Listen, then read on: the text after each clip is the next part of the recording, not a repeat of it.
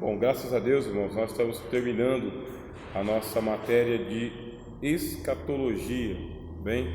Escatologia, que é a matéria que trata sobre os eventos finais da volta do Senhor Jesus Cristo, eventos finais do mundo, da história do mundo. E hoje nós vamos falar sobre os muitos sinais que antecedem este retorno de Cristo, também chamado de juízo final. Bom, a história humana nos revela grandes sinais que precedem a destruição deste mundo e, na ocasião que ocorreram, foram tidos como cumprimento do Apocalipse. No entanto, se tratavam de eventos pontuais, sinais de um tempo específico, como o terremoto que matou quase 300 mil pessoas em Antioquia, na Turquia, por volta do ano 526 d.C. Certamente foi uma catástrofe interpretada em moldes apocalípticos, mas o ciclone Bola, que matou 500 mil pessoas em 1970 no Paquistão, também deveria ser um apocalipse, assim como a morte de 830 mil chineses engolidos pelo terremoto em 1556 nas províncias de Shanxi e Shanxi. De igual forma, assim foi tratada a destruição da cidade romana de Pompeia. Herculano e Pompeia têm por sua desgraça a mesma celebridade nos anais profanos que Sodoma e Gomorra nas Santas Escrituras, bem como as duas cidades amaldiçoadas da Palestina, e as duas cidades romanas desceram inteiras e ainda vivas ao interior da sepultura. Foi no reinado do imperador Tito, no ano 79 da Era de Cristo, que teve lugar tão grande catástrofe. O que acontece? Nós estamos aguardando que aconteça o retorno do Senhor Jesus. Antes que o Senhor Jesus volte, vão acontecer muitos sinais no mundo inteiro. E esses sinais eles vão acontecer consecutivamente e acumuladoramente, um após o outro e um sobre o outro. Então é um atrás do outro e um sobre o outro, esses sinais. A terra toda vai ser chacoalhada, o mundo todo vai ser chacoalhado. Acontece que hoje nós temos o advento da tecnologia, internet, TV a cabo, TV ao vivo, transmissão via satélite. O mundo inteiro está sendo monitorado pelas câmeras de TV e os institutos científicos, os laboratórios científicos, eles evoluíram muito. E essa evolução ela é assustadora. Então, o primeiro sinal que a gente tem, claro, é a multiplicação da tecnologia, o avanço tecnológico. E não é só um avanço tecnológico, é um super avanço. Se a gente imaginar o seguinte, a história humana, do jeito que nós conhecemos hoje, a partir do dilúvio, ela começou em 4000 a.C. Então, 4000 a.C. aconteceu o dilúvio.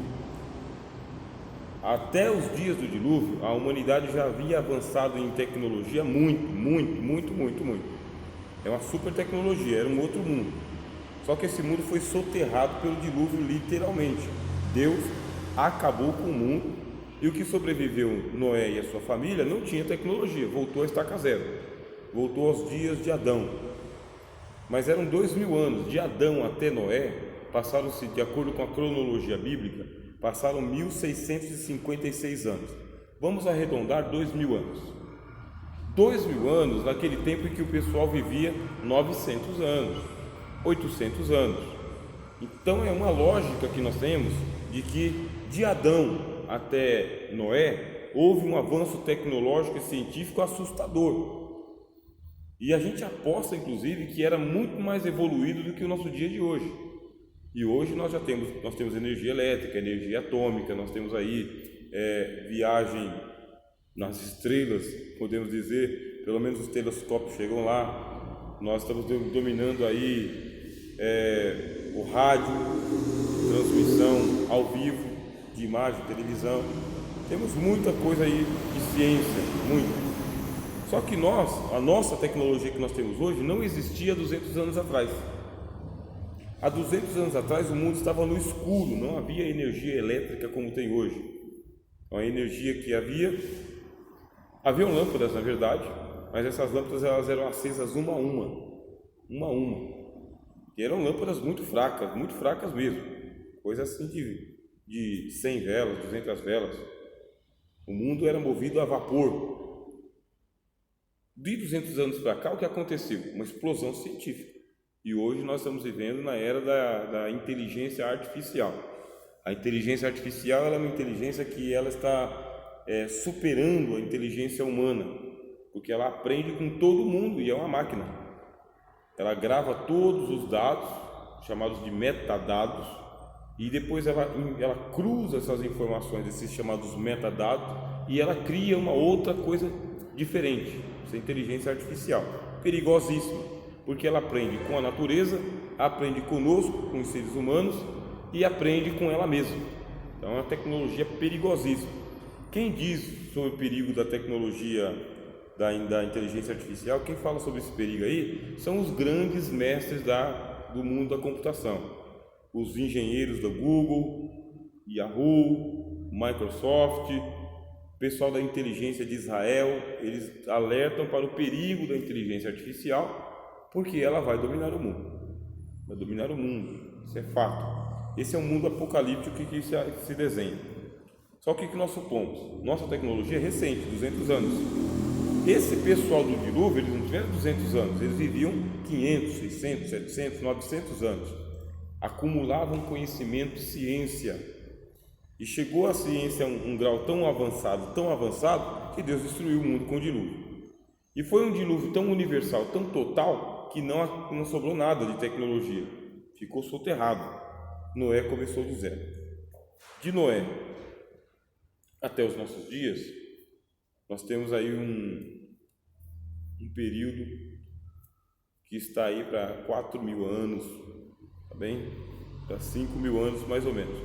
Não evoluiu nada, o mundo não evoluiu nada em 5.000 anos, evoluiu nada. Veio evoluir agora, no século XIX, final do século XIX, século XX, século XXI. O primeiro sinal assustador da volta de Jesus é o avanço do conhecimento da ciência, o domínio que existe das ciências chamadas ciências naturais. Ciências naturais. Agora o que acontece? Hoje a gente pode dizer o seguinte: estão acontecendo terremotos no mundo hoje, no mundo inteiro. Por quê? Porque existem os sismógrafos. Sismógrafos que são laboratórios que medem o tremor da Terra no mundo inteiro. Estão acontecendo terremotos no mundo inteiro. E eles criaram uma escala chamada escala Richter, vai de 0 até 7 graus, ou 7 pontos. Aí o que acontece? Os pequenos tremores que estão acontecendo hoje alcançam lá 1, 2, 3 pontos na escala Richter. Quando chega a 4, 5, aí a gente já percebe. 6, 7, cai os prédios. Tão avançada é a tecnologia que no Japão acontece terremoto todo dia. Todo dia tem terremoto lá, só que em escala menor, porque o Japão ele é uma ilha. Ele sendo uma ilha, acontece terremoto todo dia, mas só que é terremotozinho. E o que eles fizeram? Desenvolveram tecnologia onde os prédios eles são construídos anti-terremoto. A tecnologia deles, eles têm uma espécie de uma engenharia de pistões, né? E os pistões eles balançam junto com a terra, igual faz o carro, os amortecedores do carro. Isso no Japão. Agora, num tempo que não tinha essa tecnologia, aconteceu um terremoto lá eu até anotei aqui, ó, né? Na China, um terremoto na China em 1556, morreram 830 mil pessoas, é gente, hein? 830 mil pessoas é gente, é Guarulhos inteiro, mais um pedaço aí de outras cidades, de tanta gente que morreu no terremoto, só que eu estou falando de 1550, imagina se você vivesse nesse tempo, você ia imaginar que o mundo acabou, e que Deus está furioso e julgando o mundo. A gente até anotei aqui, está no livro dos irmãos também, de um ciclone chamado Bola, matou 500 mil pessoas em 1970 no Paquistão. O Paquistão é perto da Índia. Então você imagina, 500 mil pessoas. Hoje nós temos uma catástrofe e as catástrofes assustam. Mas morre quantas mil pessoas?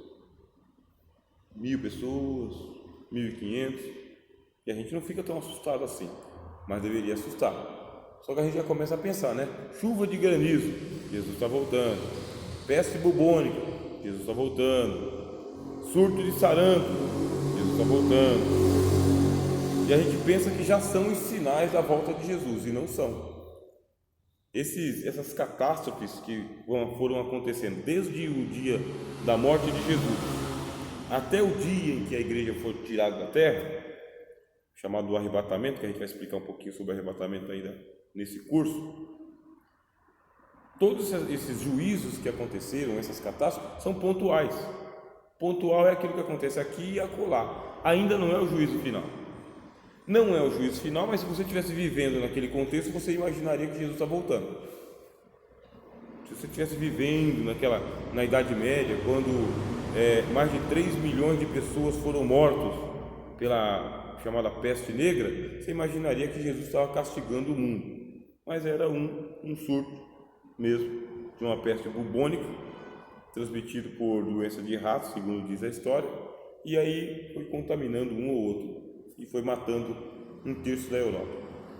Nós, crentes, a gente sempre tem aquele sentimento apocalíptico na alma, né? Se acontecer alguma coisa contrária na nossa vida, uma doença, uma desavença, uma tragédia, a gente já pensa que é Deus que está pesando a mão para a gente voltar para o eixo. A gente já pensa assim, é o nosso pensamento trágico, a gente tem um pensamento trágico. E não, faz parte da disciplina da vida mesmo. Eclesiastes diz, o mesmo acontece ao justo e ao ímpio. Ponto.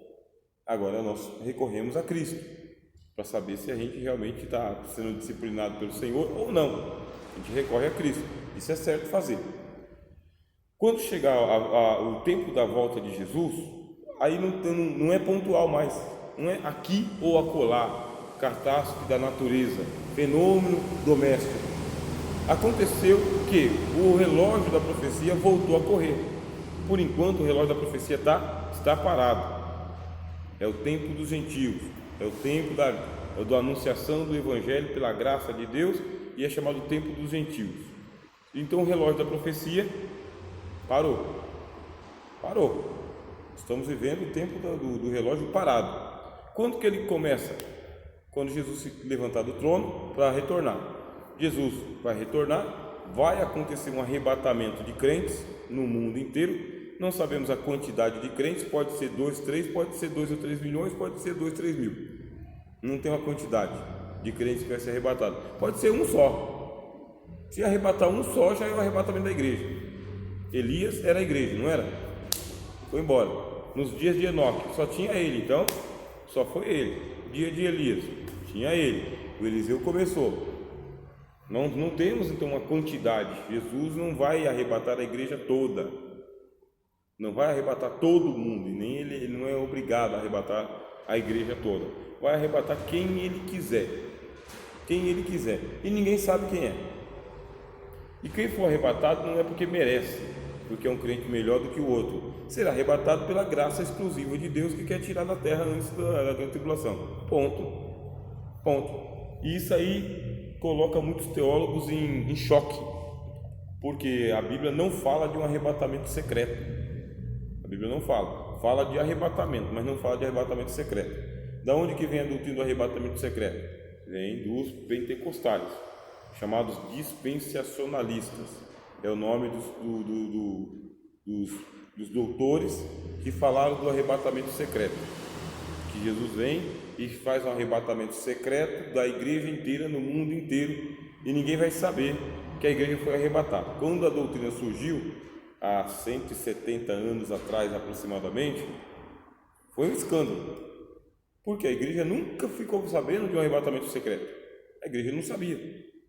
Ficou sabendo por causa que a partir do pentecostalismo surgiu o dom de profecia, ou ressurgiu o dom de profecia e de revelação. E os doutores começaram a pegar o ponto em que o apóstolo Paulo fala que os vivos serão arrebatados, e os doutores enxergaram ali, junto com o Apocalipse 3:10, que a igreja vai ser arrebatada antes da grande tribulação. Isso é uma contrariedade com o tema do Apocalipse. É uma contrariedade. E com o tema de Daniel, e com o tema do Mateus 24. Então, Mateus 24 mostra claramente que vai haver crentes durante o chamado juízo final, ou a grande tribulação. Vai haver. Mas de onde surgiu a doutrina do arrebatamento da igreja secreta? Dos doutores dispensacionalistas e dos profetas. Os profetas, eles começaram a profetizar, dizendo que eu vou arrebatar o meu povo, eis que venho para arrebatar o meu povo. E com aquele monte de profecias dizendo que a igreja seria arrebatada, surgiram os doutores e falaram: o arrebatamento é secreto. O arrebatamento é secreto. Mas nós vamos tocar nesse ponto aqui, a gente vai mostrar que o arrebatamento não será secreto. Vai ser repentino, é da alçada de Deus, só Deus sabe quem Ele vai arrebatar, quantas pessoas serão arrebatadas, então quando e quem, só Deus sabe. E a razão é pela graça somente, não é porque é um crente melhor do que o outro, não é. Bom, que vai acontecer um arrebatamento, eu creio e eu ensino isso daí, que é para todos, eu não ensino isso daí, que é para todos, mas eu ensino que vai haver um arrebatamento sim, antes da grande tribulação, e não só antes da grande tribulação, durante a grande tribulação, acontece arrebatamentos de crentes também, durante a grande tribulação, e ressurreição de mortos durante a grande tribulação, e que a grande tribulação ela dura 3 anos e meio, e não 7 anos. 7 anos os doutores interpretaram por causa da 70ª semana de Daniel. 70ª semana, porque no livro de Daniel diz que estão estabelecidas 70 semanas sobre o povo de Israel, desde a saída da ordem para eles voltarem do cativeiro, reconstruírem o templo e depois restaurar todas as coisas, 70 semanas, e a gente interpreta que as 70 semanas são 70 vezes 7, 490 anos. 490 anos que foi interrompido na descida de Jesus, quando ele desceu com um jumentinho sobre Jerusalém, na Semana Santa. Então, na Semana Santa cumpriu-se a 69ª semana, 483 anos.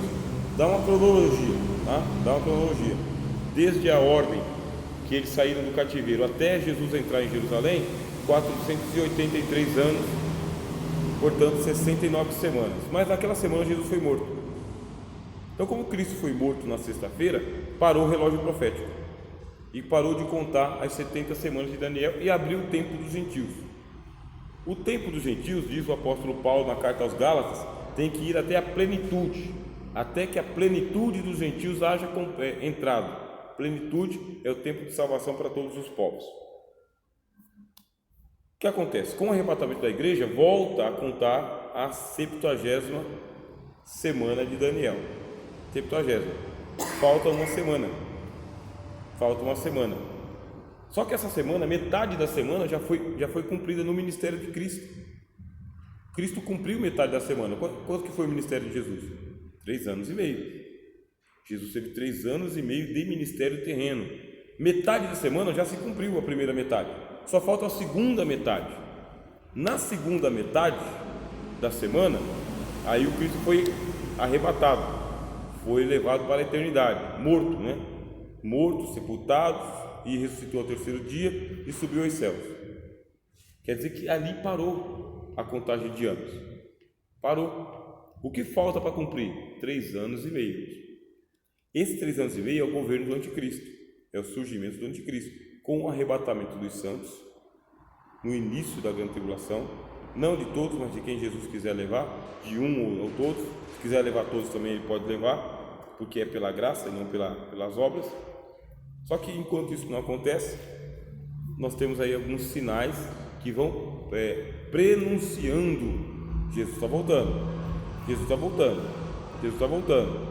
Hoje a gente tem um quadro de sinais que a gente tem um pouco mais de prospectiva. Por quê? Porque é anunciado pela TV.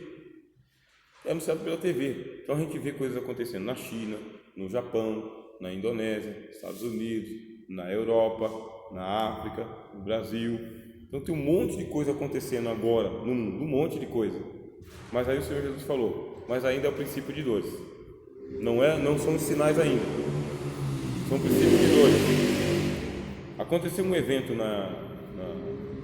no ano 79 da era cristã, que foi o Monte Vesúvio. Tá? O Monte Vesúvio ele entrou em erupção e ele soterrou 1,5 milhão de pessoas que viviam em Pompeia. Então, do dia para a noite. Do dia para a noite, o vulcão entrou em erupção e acabou com a cidade. Quem vivia naquele tempo, a notícia chegou: Deus está julgando e Jesus está voltando. Quem vivia naquele tempo, que não tinha internet. Se hoje acontecesse algo parecido, é o que a gente pensaria também. Olha os sinais acontecendo aí. Acontece, meus irmãos, que os sinais que vão acontecer realmente, os sinais do Apocalipse realmente que vão acontecer, não são de uma magnitude pontual, acontecendo ali no Chile, mas não acontece nada no Brasil. É terremoto no mundo inteiro, é furacão no mundo inteiro, é violência no mundo inteiro, é ódio no mundo inteiro, é fome no mundo inteiro, é nação contra nação e reino contra reino no mundo inteiro. São todas as nações entrando em colapso, todas. Aí diz o apóstolo Paulo: hoje a gente ouve falar de paz e segurança, mas quando ouvirem falar de paz e segurança, acautele-se, porque aí está chegando a hora do parto. A hora do parto. Realmente Deus vai bagunçar o nosso mundo com a volta de Jesus. Bagunçar porque chegou a hora de limpar a casa. Alguém faz limpeza com a casa organizada? Ninguém faz limpeza com a casa organizada. Faz limpeza colocando todos os móveis de cabeça para cima, tirando tudo quanto é roupa do guarda-roupa, para encontrar o pó, levantando a cama, virando o sofá, tirando os pratos que estão lá empoeirados, pondo para fora. É assim que se faz limpeza. Então você vai na casa que vai estar acontecendo uma faxina, ali é o dia da limpeza, é o dia da bagunça, tem muita bagunça para fora. E o nosso mundo ele tem que ser preparado para o milênio. O milênio é o reino de Cristo na terra. Nisso eu creio também. Então eu sou uma pessoa que os teólogos chamam de pré-milenista. Pré-milenista é aquele que acredita que Jesus volta no começo para implantar o milênio. Pré-milenista. Então eu sou pré-milenista e falo para os irmãos e ensino isso para os irmãos. Quem não crê assim, que não vai ter milênio nenhum, que o milênio já está acontecendo, é chamado de amilenista. Não existe milênio. O milênio é agora. Já estamos no milênio. Amilenista. E existe uma turma que fala que Jesus volta no final do milênio. São os pós-milenistas. Eles dizem que a igreja vai passar por uma fase, os pós-milenistas, tá? Uma fase de avivamento. A igreja vai recuperar o fôlego, o ânimo, o poder, o vigor, a descida do Espírito Santo. Os crentes vão ser crentes verdadeiros que vão anunciar o Evangelho, e com o anúncio do Evangelho vai vir uma era messiânica. As nações vão se converter durante um período de 1000 anos, e vai haver 1000 anos de governo de Cristo na terra, mas não visível, governo da igreja, a igreja tomando conta das pessoas do mundo. Eles são chamados de pós-milenistas. Jesus volta no final do milênio. Hoje, a Academia dos Teólogos ela diz o seguinte: é improvável o pós-milenismo, é o mais improvável de todos. É muito improvável que a igreja volte a ganhar o seu fôlego, o seu vigor, e que ela consiga fazer a pregação do Evangelho no mundo inteiro e ter um governo cristão no mundo. É improvável. Nada aponta para isso. Pelo contrário, aponta para uma apostasia da igreja. Então, pós-milenismo, eu já não defendo por essa causa, essa razão. A igreja ela consegue fazer um avivamento pontual. A igreja tem avivamentos pontuais, aqui e acolá, mas ela não consegue manter um avivamento por 1000 anos, contínuo, no mundo inteiro. Não dá. Os amilenistas têm um pouco de razão, tá, irmãos? Porque de fato nós já estamos no reino de Deus.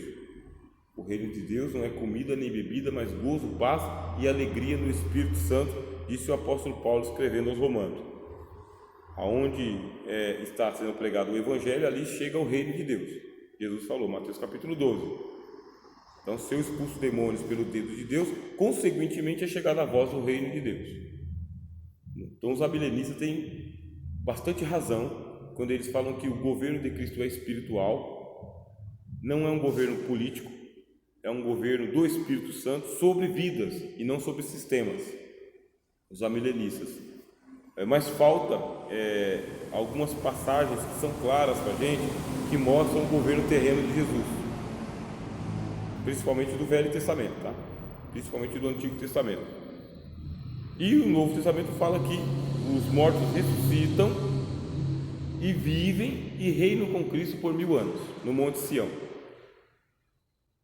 Então, por isso que eu sou pré-milenista. Acredito que o Senhor Jesus vai instaurar o governo dele na terra, mas não significa que ele vai ser um dos seres humanos que vai andar por aqui, porque a Bíblia fala de uma Jerusalém celestial que está sobre a Jerusalém terrestre. Ela já está, bem? A Jerusalém celestial, diz o apóstolo Paulo escrevendo aos Gálatas, é mãe de todos nós, ela já existe, só que nós não vemos. O autor dos Hebreus capítulo 12 fala, já chegamos na Jerusalém celestial, aos muitos milhares de anjos e à assembleia dos justos que estão com seus nomes escritos nos céus. Já chegamos na Jerusalém celestial, mas não vemos porque não é o tempo. Durante o milênio, o que vai fazer Deus? Tira a tampa.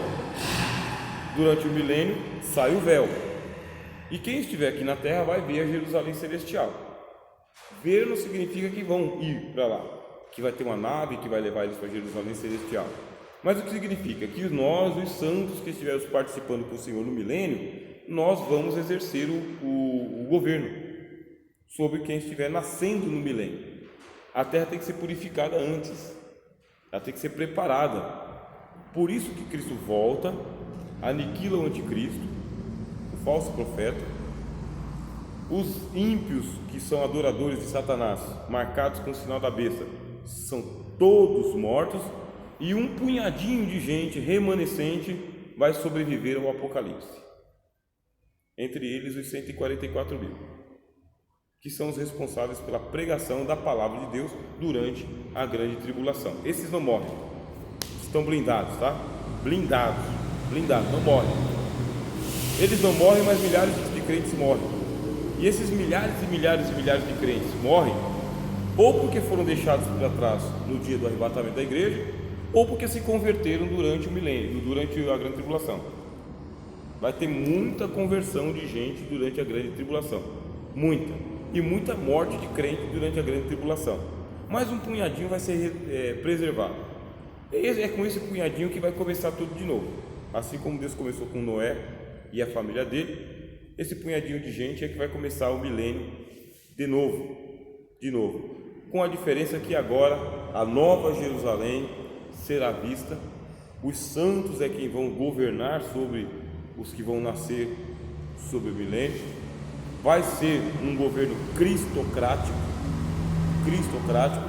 Cristo assentado no Monte Sião, a igreja e os anjos tomando conta da vida na terra e espalhando a lei de Deus, que o apóstolo Paulo diz que é santa, justa e agradável. Bem, o mandamento ele é santo, justo e bom. A lei é santa, justa e boa. Não significa que vai vir o tempo da lei, tá, irmãos?